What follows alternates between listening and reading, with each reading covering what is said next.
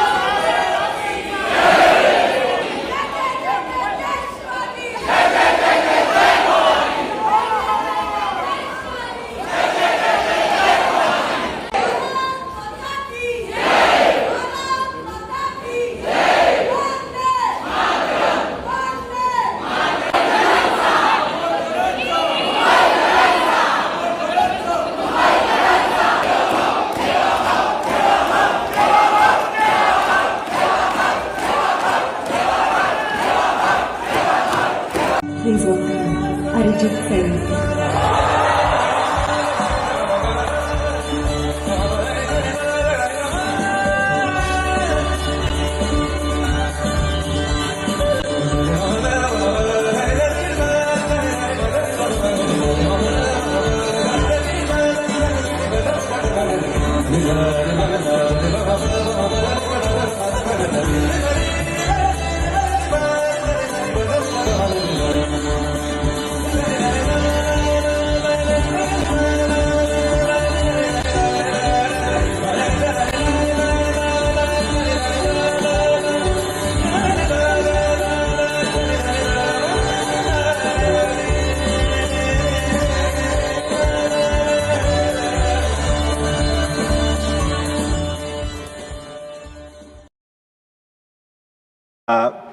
Now, Srimati Jaya Amitabh Bachchan.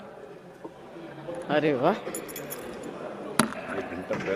Sir, ये this is really strange because every time I get an opportunity to speak, you are always on the chair. हाँ? अभी सौभाग्य समझूं या अभाग्य समझूं मैं नहीं बता सकती। ये बैठ लेकर हम समझ गए आपका नंबर आने। मैं संजय जी से कहना चाहती हूँ कि मखाना आप भेजिए, मगर हम लोगों को पॉपकॉर्न खाना पड़ेगा। अभी जो डील हुआ है पॉपकॉर्न की जगह मखाना ले लीजिए। बदल गया। Sir, I'm not a numbers expert, but there are some basic queries that I have, which I think are important, and I need some clarifications. My first query is, what percentage of the budget has been allocated for job creation of 3.1 crore unemployed youth? I believe a lot of promises have been made to this sector and this section of the population. My second query is, what are the provisions made for 76% educated unemployed women in the budget?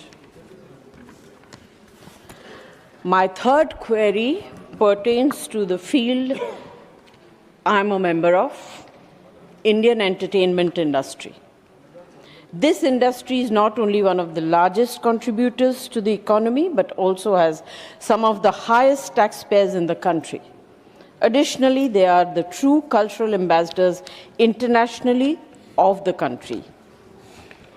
Despite these contributions, the entertainment tax and GST levied on films remain among the highest in the world.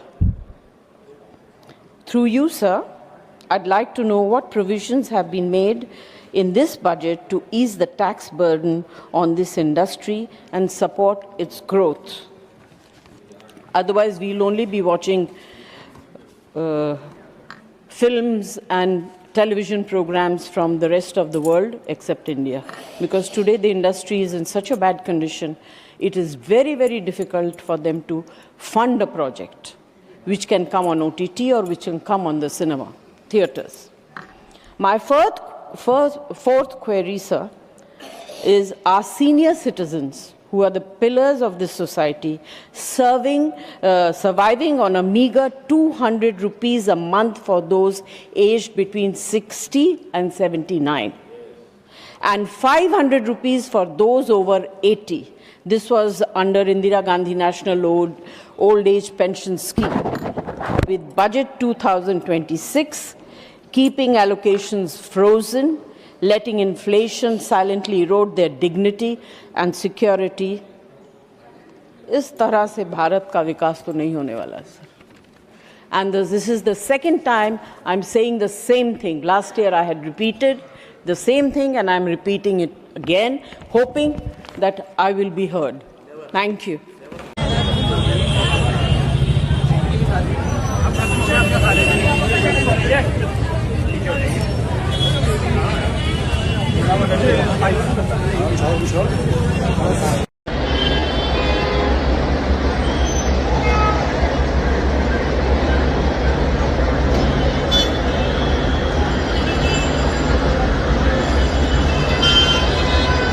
Budget इस पे कुछ नहीं था.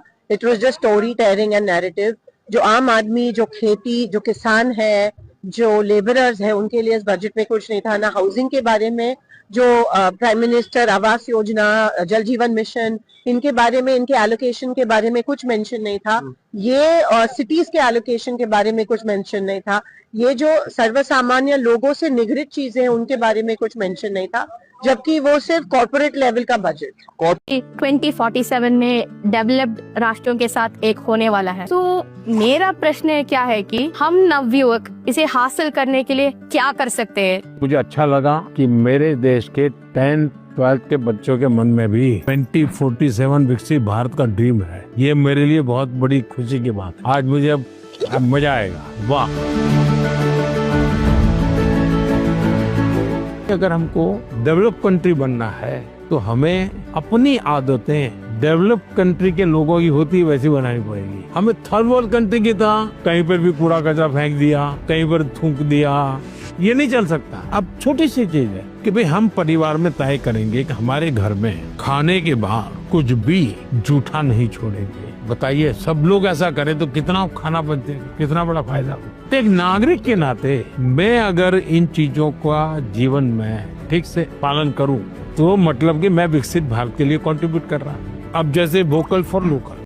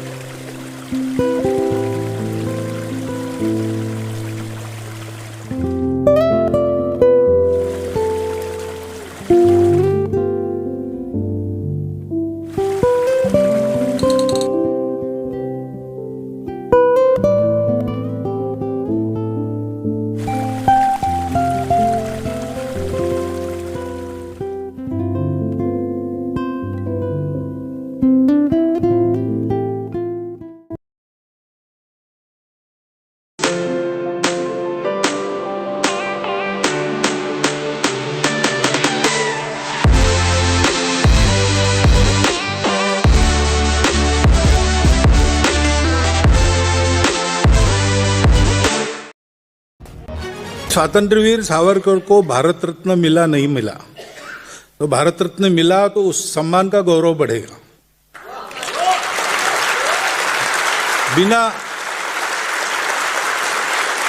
बिना उस सम्मान के ही वो लाखों करोड़ों हृदयों के सम्राट बने हैं। सावरकर को भारत रत्न मिलना चाहिए और एक तरह से अवार्ड का ही अवार्ड देंगे। वीर सावरकर जी को भारत रत्न को लेकर भारतीय जनता पार्टी ने भी बहुत बार कहा है। 2014 से इनकी सरकार है। वीर सावरकर जी का नाम इस्तेमाल किया है, अपनी राजनीति के लिए किया है, अपने पॉलिटिकल अपॉर्चुनिज्म के लिए किया है, उनसे वोट बटोरने के लिए किया है, उनके ऊपर पिक्चर आधारित कर ये दिखाने की कोशिश की है कि वीर सावरकर जी के लिए उनके मन में कितना प्रेम है। पर जब बात भारत रत्न की आती है उसको दरकिनार किया जाता है।